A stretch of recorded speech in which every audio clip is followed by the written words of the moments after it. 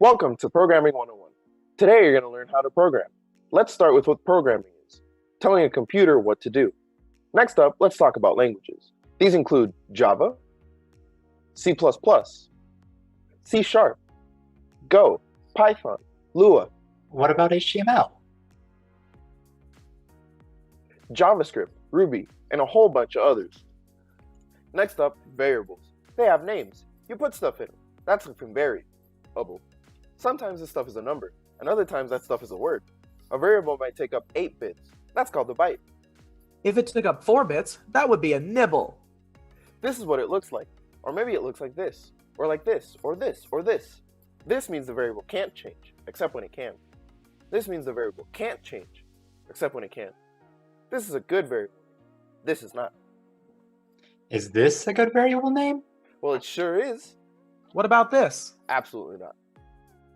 Okay, kids, time for class. This is a blueprint. This is a class.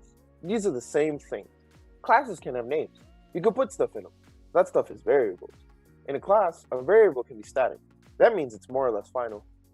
What's final? That means it can't change, except when it can. A class can also have methods. A method is just an instruction book for the computer. Classes can have special methods called constructors. These construct an instance of that class, like a car from a car factory, or you from your mother.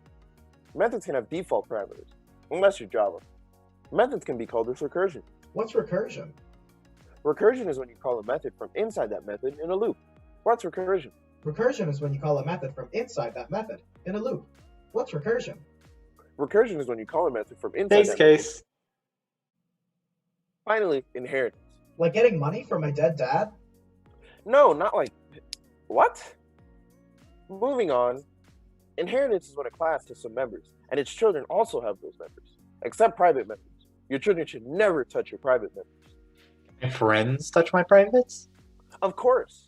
A good example of inheritance is animal. An animal is like one great big parent class, and it can have children, like mammal. Mammal can in turn have more children, like human, gorilla, or platypus. A platypus? Harry the platypus? No, well, yes, but no. Shut up. Anyway, another class might be country, and a child of that could be location. Like the entire tri-state area. Would you keep quiet? Finally, a class can be abstract. That means it doesn't exist.